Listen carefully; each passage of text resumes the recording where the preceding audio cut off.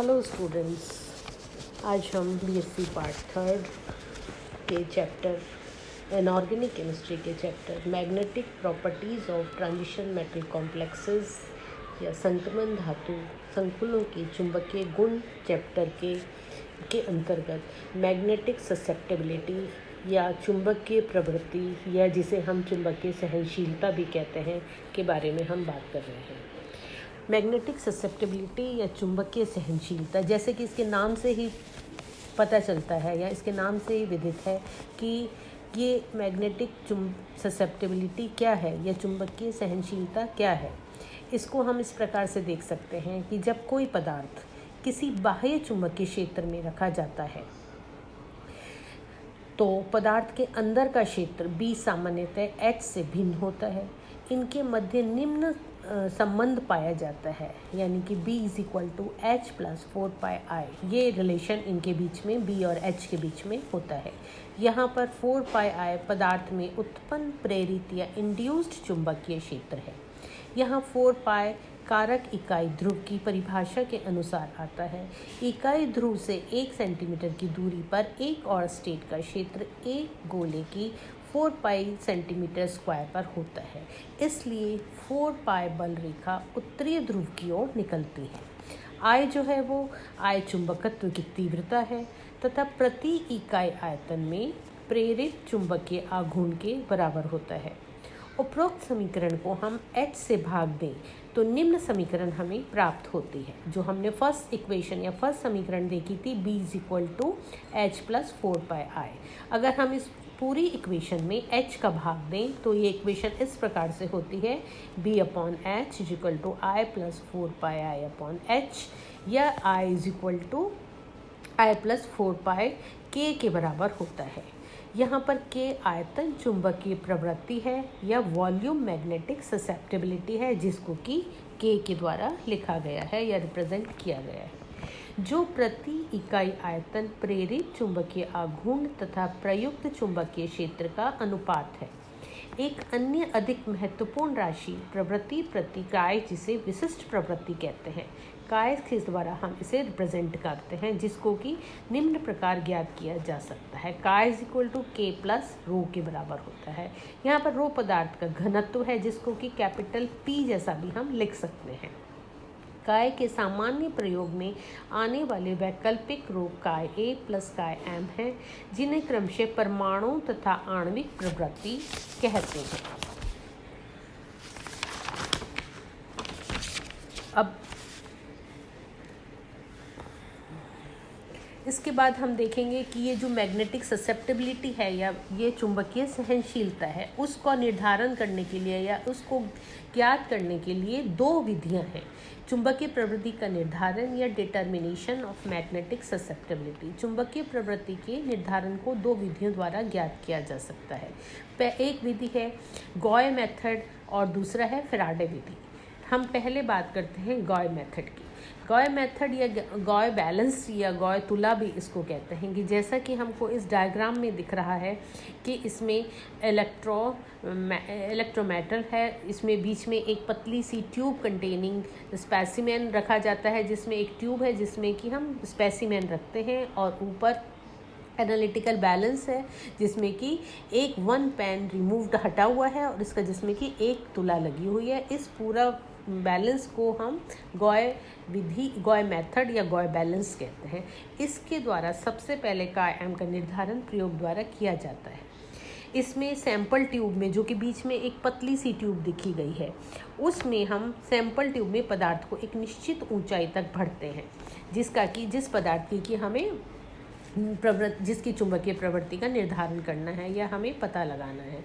उस sample tube में पदार्थ को एक निश्चित ऊंचाई तक भरते हैं और सैंपल ट्यूब को क्रॉस सेक्शन एरिया A है, अर्थात उसका क्रॉस सेक्शन जो एरिया है वो A के बराबर है।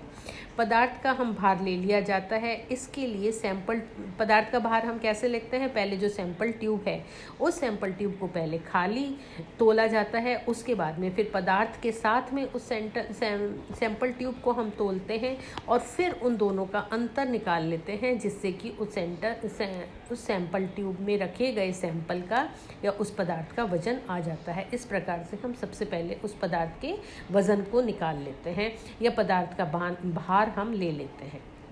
पदार्थ का भार पुनः प्रबल चुंबकीय क्षेत्र H में ज्ञात किया जाता है, जिसे G पृथ्वी के कारण त्वरण हो तो चुंबकीय क्षेत्र की अनुपस्थिति में पदार्थ के पर लगाने वाला बल होगा, जिसको कि वो बल है वो F = डेल्टा m.g के बराबर होता है, जिसको कि हम इक्वेशन फर्स्ट या 1 में लिख सकते हैं या लिखते हैं इस प्रकार से। यदि काय1 पदार्थ की आयतन प्रवृत्ति तथा काय2 वायु की आयतन प्रवृत्ति है, 1 पदार्थ की और 2 जो है वो वायु की आयतन प्रवृत्ति है, तो उसको हम इक्वेशन 2 के आधार पर लिख सकते हैं, यानी कि F = हाफ और काय1 माइनस काय2 इंटू A और μ0 h² है, जो कि हमने इक्वेशन 2 में लिखा हुआ है कि बराबर होता है। अब इक्वेशन 1 और 2 को मिलाएं तो इसका मान जो आता है इस प्रकार से आता है, जैसा कि हमने इसमें लिखा है काय1 = काय2 + 2 इंटू mg/A μ और h2 के बराबर होता है। इस प्रकार से हम इसकी वैल्यू को हम निकाल सकते हैं। हम पदार्थ का आयतन प्रवृत्ति काय1 ज्ञात करना चाहते हैं, तो वायु की आयतन प्रवृत्ति ज्ञात है, जिससे और हमें पदार्थ का आयतन हम निकालना है, तो हमें वायु की आयतन प्रवृत्ति जो कि हमें ज्ञात है, जिसकी वैल्यू या उसका मान जो काय A = 0.364 इंटू 10⁻⁻12 के बराबर होता है। परंतु क्षेत्र की तीव्रता H तथा A ज्ञात नहीं है, अतः हम एक ऐसा पदार्थ प्रयोग करते हैं या प्रयोग में लाते हैं जिसकी चुंबकीय प्रवृत्ति ज्ञात है, जिसे हम उपकरण को कैलिब्रेट करने में मदद मिलती है। जिस उपकरण को हम उपकरते हैं तो और ज्ञात वाले को हम यूज़ करते हैं, तो इससे उपकरण का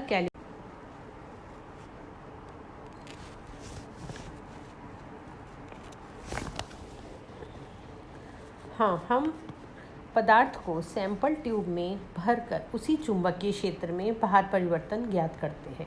अब हम आयतन प्रवृत्ति की गणना कर लेते हैं, जो कि हमें करनी है। इस प्रकार से हमारे पास उसकी आयतन प्रवृत्ति की वैल्यू आ जाती है, जिसे आसानी से मोलर प्रवृत्ति में बदल दिया जाता है।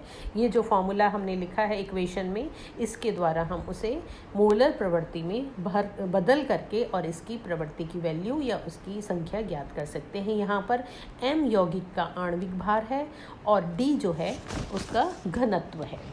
ये है हमारी पहली विधि, गॉस मेथड। इसके बाद जो दूसरा मेथड है वो है फैराडे विधि या फैराडे की विधि, जिसके द्वारा कि हम इसकी मोलर प्रवृत्ति ज्ञात कर सकते हैं। तो फैराडे मेथड में गाय मेथड की तरह इस मेथड में भी पदार्थ की मात्रा m का चुंबकीय क्षेत्र की उपस्थिति तथा अनुपस्थिति में भार ज्ञात कर लेते हैं।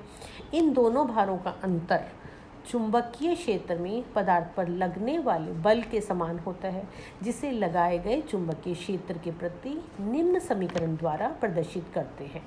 यहाँ पर जो ये फॉर्मूला दिया है, इसके द्वारा हम इसकी इक्वेशन के द्वारा चुंबकीय क्षेत्र के प्रति इसका समीकरण दिखा सकते हैं।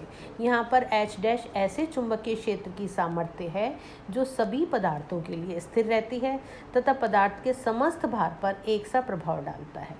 इसी तरह चुंबकीय क्षेत्र के लिए ध्रुवों के विशेष प्रकार की आकृति दी जाती है तथा पतली सैंपल ट्यूब में बहुत कम मात्रा में पदार्थ का उपयोग किया जाता है।